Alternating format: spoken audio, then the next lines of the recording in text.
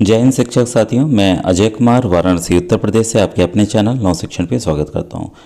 दोस्तों, कल हम सभी ने परख ऐप के जरिए कक्षा 1 से 3 तक के बच्चों का निपुण असेसमेंट कर लिया था और आज हमें कक्षा 4, 5 और साथ ही साथ कक्षा 6 से 8 तक का करना है। तो जो यूपीएस के हैं या कंपोजिट के हैं उनका 6 से 8 यहीं पे अलग से दिखेगा, तो आप यहाँ से जाकर क्लास सेलेक्ट कर सकते हैं।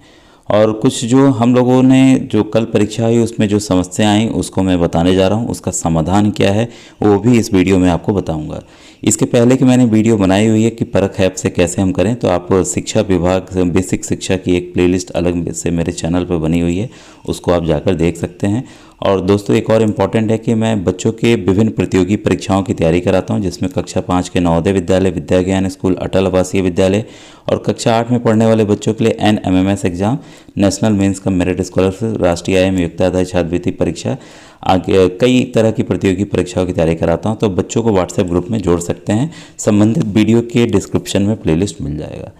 और इसके पहले आप जो भी फ़ोन डाउनलोड किए तो ऊपर ये जो 3 लाइंस हमें दिख रही हैं, तो इसको हम क्लिक करेंगे। तो क्लिक करने के बाद यहाँ पर आपको फ़ोन टेस्ट का है ऑप्शन, ये मैंने बताया हुआ है, तो उसको आप ज़रूर कर लीजिएगा। और एक चीज़ है, प्ले स्टोर पर जाकर आप ऐप को ज़रूर आज अपडेट करके ही प्रोसेस स्टार्ट कीजिएगा, क्योंकि जो कुछ गलतियाँ थी यहाँ पर ठीक करने का प्रयास किया गया है। अब देखिए, कक्षा 4, 5 को मैं जैसे छू रहा हूँ, तो यहाँ पर आज हम लोग को 4, 5, 6 से 8 तक करना है। तो नेक्स्ट जाते हैं।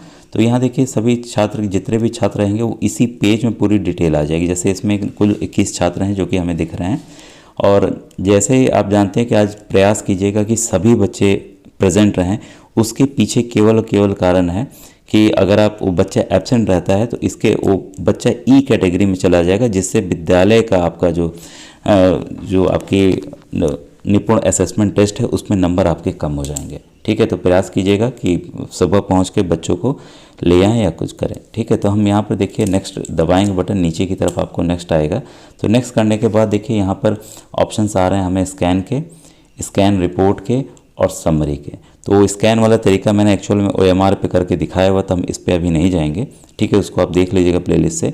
तो देखिए, जब हम यहाँ स्कैन हमने कर लिया तो सक्सेसफुली स्कैन वाला आ जाता है। स्कैन रिपोर्ट में जाएंगे तो अभी कोई डाटा हमने वहाँ पर स्कैन किया नहीं है अभी, तो इसलिए यहाँ डाटा नॉट फाउंड। जैसे आप करेंगे तो दिखाऊंगा मैं कि कैसा दिखता है, कल वाला स्क्रीनशॉट मेरे पास है।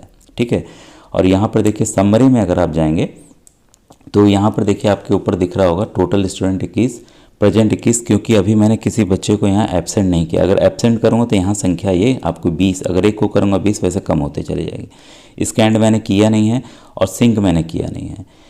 एक देखिए, जो विशेष ध्यान दीजिएगा कि सभी लोग 2 घंटे के बाद, देखिए अब मान लीजिए आपके क्लास में 21 बच्चे हैं, तो ऐसा तो नहीं होगा कि भाई 21 बच्चे एक साथ पेपर अपना हल कर लें। कुछ जो तेज बच्चे होंगे वो थोड़ा 15 मिनट 20 मिनट पहले कर लेंगे और बाकी बच्चे भाई उसके बाद करेंगे धीरे धीरे।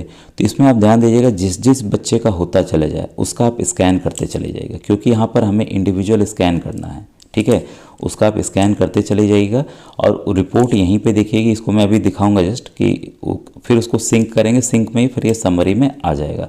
तो इसका देखिए आप विशेष आपको ध्यान रख, एक चीज़ का देखिए विशेष ध्यान देना है कि मैंने देखिए ऑलरेडी दूसरे मोबाइल से, मतलब कि जो शिक्षक थे उनके मोबाइल से मैंने डाटा को सिंक कर दिया, लेकिन वही चीज़ अगर डाटा मैं अपने मोबाइल में देख रहा हूँ तो यहाँ पर केवल प्रेजेंट का दिख रहा है और सेव ऑन डिवाइस या सिंक डाटा आपका नो दिख रहा है, और जबकि जिस मैंने मोबाइल से किया था उसमें यस दिख रहा है।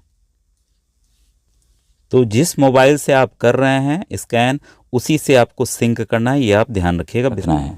तो आप जैसे देखिए यहाँ पे प्रेजेंट सभी का दिखा रहा है, जो एब्सेंट होगा यहाँ पर एब्सेंट दिखाएगा। कल हो क्या रहा था कि कल इसके बावजूद अभी रिपोर्ट दिखाऊंगा उसमें बच्चों का एब्सेंट आ रहा था, वो केवल और केवल जो सर्वर लोड है उस वजह से था। तो अगर बच्चों की रिपोर्ट में एब्सेंट आ रहा है लिखा हुआ, तो आप दोबारा से दोबारा स्कैन कीजिएगा, क्योंकि लेगा ही नहीं। यहाँ पे अगर आपके डिवाइस में हो रहा है, सेव हो रहा है, तो सब में यस दिखाएगा और यहाँ पर सिंक होने पे ट्रू लिखा रहेगा। ठीक है, तो आइए मैं कल की रिपोर्ट आपको दिखाऊं। देखिए, जो कल हो रहा था और ये आज भी समस्या हो सकती है। जैसे अगर आपने नंबर सही से लिखा, अभी मैं दिखाऊंगा कि अगर आप नंबरिंग सही से नहीं लिखेंगे, जैसे 4 हमें ऐसे नहीं बनाना है, 4 हमें जो है ऐसे बनाना है। ठीक है, तो और 9 को कई लोग ऐसे घुमा के लिखेंगे, अभी मैं दिखाऊंगा, उससे भी समस्या आई हैं और उससे मेन आपका हो तो जाएगा लेकिन समय बढ़ेगा। समय टाइम पीरियड आपका बढ़ जाएगा। जैसे देखिए यहाँ बच्चे का आईडी सही सही ले लिया तो अपने आप से नाम आ गया और प्रेजेंट आ गया। इस वाले एब्सेंट को आप बदल नहीं सकते हैं, लेकिन इसको बदल सकते हैं। यहाँ देख रहे होंगे कि अगर मुझे यहाँ बदलना था तो ये देखिए लाइन आ गई है, तो यहाँ हम डिलीट करके पूरे को डिलीट करके फिर से नंबर टाइप करके हम सही से कर सकते हैं। ठीक है, तो ये ऑप्शन आपको आ जाएगा इसको बदलने का। ठीक है, अगर कोई प्रश्न आपका गलत है तो उसको भी आप जाकर बदल सकते हैं, इतनी हमें सुविधा मिलेगी। जो मैंने ऊपर दिखाया था, जैसे मैंने इसको देखिए स्टूडेंट आईडी को सही किया, ये अपने आप से नाम आ गया। ठीक है, जो NA वगैरह था पी ये सब प्रेजेंट हो गया। ठीक है, जब हम लोग जैसे एक सीट थी दूसरे सीट को हम कर रहे थे तो कुछ नाम अपने आप से अलग से आ जा रहे थे, और देखिए इसमें आंसर्स नहीं भरे हुए हैं। तो आप इसका समाधान क्या है, जो ये कटे का निशान लग रहा है, गुणा का चिन्ह लग रहा है, X लग रहा है, उसको आप कर देंगे तो ये कैंसिल आउट हो जाएगा और नीचे जो है फिर सेव का जो ऑप्शन है आ जाएगा। तो अब ये डाटा सिंक वाले ऑप्शन में चला जाएगा। और यहाँ देखिए जो कल था total student 15, present 15, sync 15, scan 15 और सिंक 15। तो ये देखिए पूरा डाटा जो है आपके सामने आ गया है कि सभी कुछ ओके है हमारे यहाँ।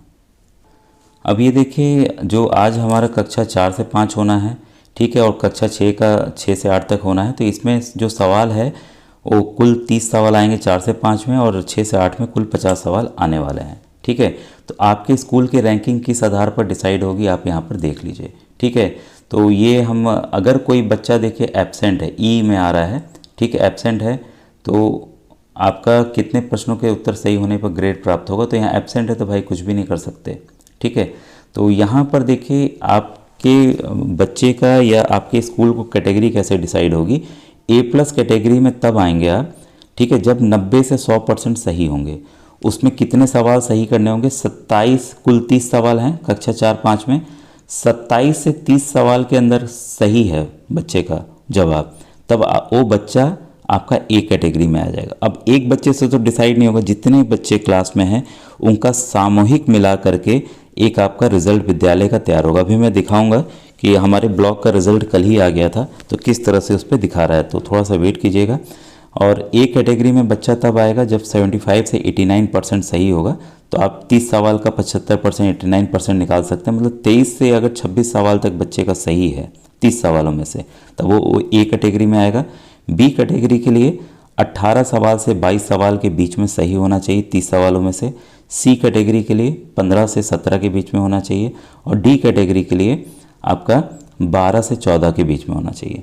अगर कोई बच्चा 11 सवाल से कम उत्तर दिया या एक भी उत्तर नहीं दिया तब वो E कैटेगरी में आएगा, और जो एब्सेंट बच्चे हैं उनको भी E कैटेगरी में डाला जाएगा। तो E कैटेगरी से हमारे विद्यालय की ग्रेडिंग जो है काफ़ी नीचे आने वाली है।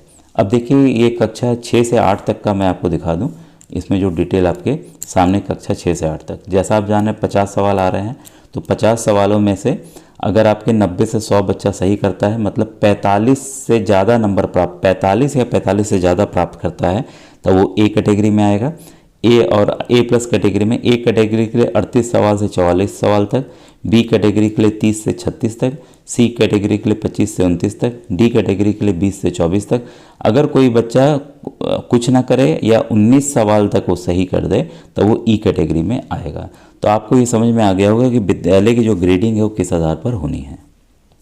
देखिए जब आप स्कैन करते हैं तो यहाँ पर देखिए ऑलरेडी ये आपका इन्होंने डाटा स्टूडेंट आईडी इसने सही नहीं लिया, अलग है, तभी यहाँ NA लिखा हुआ है, NA, और साथ में एब्सेंट भी लिखा हुआ है, जबकि बच्चा ये प्रेजेंट है क्योंकि इसके देखिए नंबर्स ग्रीन आपको दिख रहे होंगे तो है। तो यहाँ पर इसी तरह से आएगा। ओके तो आपको करना होगा, फिर जाकर एडिट आपको करना पड़ेगा। अब आपके सामने देखिए एक उदाहरण है कि अगर हम नंबरिंग गलत लिखते हैं तो होता क्या है। ठीक है, इसमें मैंने वो दिखाया भी है किस तरह से नंबर्स को लिखना है। ठीक है, तो इसमें देखिए 3 जो है अगर आप इस तरह से ना लिखकर, क्योंकि जो इस तरह से 3 लिखा हुआ था तो परख ऐप ने उसे पहचाना नहीं, हमें 3 लिखना है इस तरह से। ठीक है, और 9 जो है हमारी आदत होती है 9 को ऐसे घुमाने की, तो 9 को घुमाना नहीं है, 9 को आपको सीधा रखना है। तो ये है, कुछ ध्यान आपको देना है। 4 को आपको ऐसे लिखेंगे। ठीक है, तो वो मैं दिखा दे रहा हूँ कि आपको किस तरह से लिखना है। तो इससे क्या है कि हम तो एडिट कर सकते हैं, लेकिन मान लीजिए किसी क्लास में 30-40 बच्चे हैं, सभी बच्चों का आपको एडिट करना पड़ेगा, तो समय का काफ़ी नुकसान होगा। और जैसे जैसे समय बढ़ता जा रहा है तो स्कैन नहीं हो पा रहा है, स्कैन में प्रॉब्लम आ रही है, सिंक भी नहीं हो पा रहा है। तो इन समस्याओं से बचने के लिए आप शुरुआत में ही आज प्रयास कीजिएगा कि संख्याओं को सही से लिखें। देखिए संख्याओं को सही तरीका ये है लिखने का, 0 1 2 3 4 5 6 7 8 9। ठीक है, तो ध्यान रखिएगा ऐसे हम लोग गोला जो है ऐसे नहीं करना है, बस इकट्ठा वाला करेंगे ऐसे करके, तो ये ज़्यादा अच्छा है, इसे तुरंत कैच कर लेगा। अब आप देख सकते हैं यहाँ पर स्थिति ये ग्रीन में आया कि इनका जो परसेंटेज है 100% है, ये स्कूल के रिजल्ट्स हैं। ठीक है, टोटल 64 और यहाँ पे OMR स्कैन 64। तो यहाँ पर देखिए उपस्थिति जो है काफ़ी अच्छी रही और सभी बच्चों ने परीक्षा दिया है। ठीक है, अब यहाँ से देखिए येलो कैटेगरी होती चली जा रही है, तो यहाँ पर जो है उपस्थिति तो देखिए सही है। ठीक है, लेकिन बच्चे ने अच्छा नहीं किया है, लेकिन अभी ये येलो कैटेगरी में आए हैं। ठीक है, लेकिन ये देखिए रेड कैटेगरी में। ठीक है, यहाँ पर मान लीजिए बच्चे उपस्थिति सही है, लेकिन यहाँ पर विद्यालय का जो असेसमेंट है और जो बच्चों ने सवाल किया है वो उतना अच्छा नहीं किया है। तो इस आधार पे भी आप देख सकते हैं कि प्रॉब्लम हुई है। यहाँ पर उपस्थिति ऐसे कम है, कुल जो बच्चे थे 127 थे और यहाँ पर 121, मतलब 6 बच्चे एब्सेंट हो गए। तो विद्यालय की ग्रेडिंग जो है वो रेड में चले गई, मतलब वो बच्चा ई कैटेगरी में चला गया, जिससे उस क्लास की रैंकिंग कम हो गई। क्लास की वजह से स्कूल की रैंकिंग जो है डाउन चली गई, बेशक ये लोग 90% के ऊपर हैं। तो बस मैं यही बताना चाहूँगा, देखिए अल्टीमेटली रिपोर्ट स्कूल की ही तैयार होनी है। ठीक है, तो आप प्रयास कीजिए कि सभी बच्चे उपस्थित हों और सभी बच्चे परीक्षा अवश्य दें। और स्कैन करना है, स्कैन रिपोर्ट में जाना है, यहाँ पर सिंक करना है हमें डाटा। ठीक है, वो स्कैन वाला मैं दिखा दे रहा हूँ अभी आपको। देखिए जब आप उसमें स्कैन कर लेंगे तो दूसरे वाले ऑप्शन में जाएंगे, देखिए पेंडिंग फॉर सिंक डाटा यहाँ लिखा हुआ है। ठीक है, तो यहाँ पर देखिए सिंक डाटा का ऑप्शन आ रहा है, तो इसी को आपको छुएंगे तो आप ये डाटा जो है सिंक हो जाएगा। और आपका अभी लगता है कि नहीं सभी बच्चों का नहीं है, कुछ दिक्कत है, तो यहाँ से डिलीट डाटा करके आप दोबारा से स्कैन भी कर सकते हैं। अगर आपका डाटा सिंक हो गया है तो यहाँ देखिए सिंक सक्सेसफुली लिखकर स्टेटस में आ जाएगा। और आप चाहते हैं नहीं पूरी प्रक्रिया फिर से करें, सही कुछ गलत हो गया है, तो यहाँ से डिलीट डाटा करेंगे, फिर से डिलीट हो जाएगा, स्कैनिंग प्रक्रिया आप दोबारा आरंभ कर सकते हैं। तो दोस्तों मुझे पूरी उम्मीद है इस वीडियो से आपको ज़रूर मदद मिली होगी, और कोई और आपके प्रश्न हो तो आप यूट्यूब के कमेंट